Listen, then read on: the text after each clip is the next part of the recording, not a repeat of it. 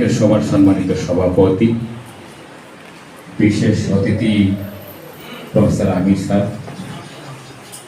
বিশেষ অতিথি জামালউদ্দিন বাড়ি ভাই, এস এ শামীম ভাই, তানভীর স্যার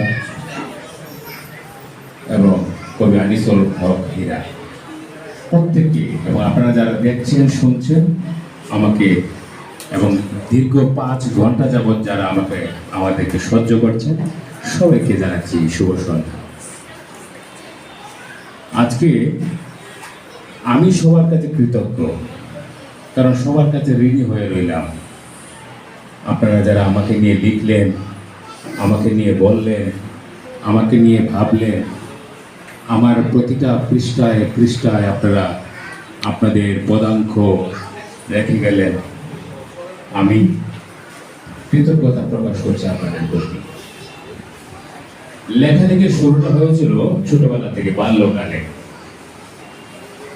আমার বড় বোন তহুরা বেগম, যিনি এখন এখানে উপস্থিত আছেন, তিনি আমাকে ঘুম পাড়াতে গল্প বলে বলে সেই থেকে স্বপ্ন বোনা, সেই স্বপ্ন বাস্তবতা রূপ নেয় 1990 সালে। ক্লাস 6-এ সম্ভবত পড়ি, একজনের সঙ্গে দেখা হয়েছিল আমার সেই এবিসি পাইলট উচ্চ বিদ্যালয়ে। ওনার নাম সম্ভবত উনি বাংলা বাজার পত্রিকার সম্পাদক।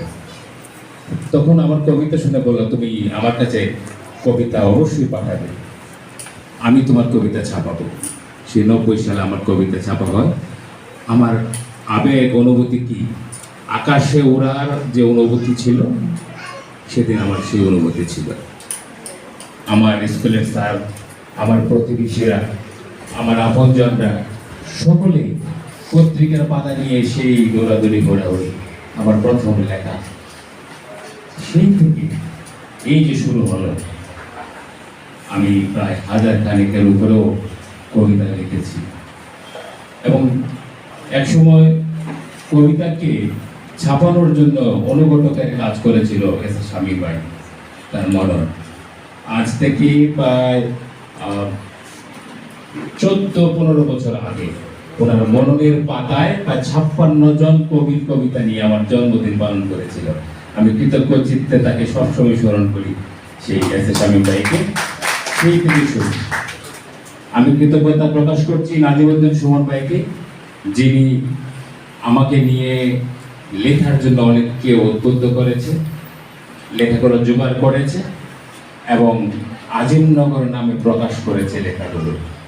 আরও অসংখ্য লেখা জমা আছে, আরেকটা ভলিউম করার চিন্তা ভাবনা করছি। আর সেই জন্য বললাম যে আমি প্রত্যেকের কাছে ঋণী হয়ে রইলাম।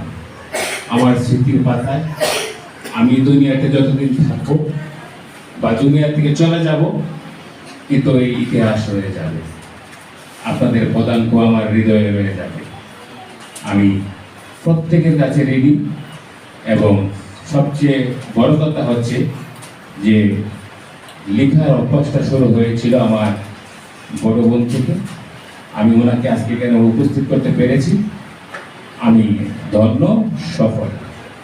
কারণ আমার বাবা মাকে দেখাতে পারি নাই এই ঘটনা, দুর্ঘটনা কিংবা লেখার ইতিহাস, ইতিবৃত্ত, আমার লেখা বইগুলো আমার বাবা দেখে যেতে পারে নাই। উনি স্বপ্ন দেখতো একদিন আমার বই হবে, একদিন আমি ভালো লেখক হব।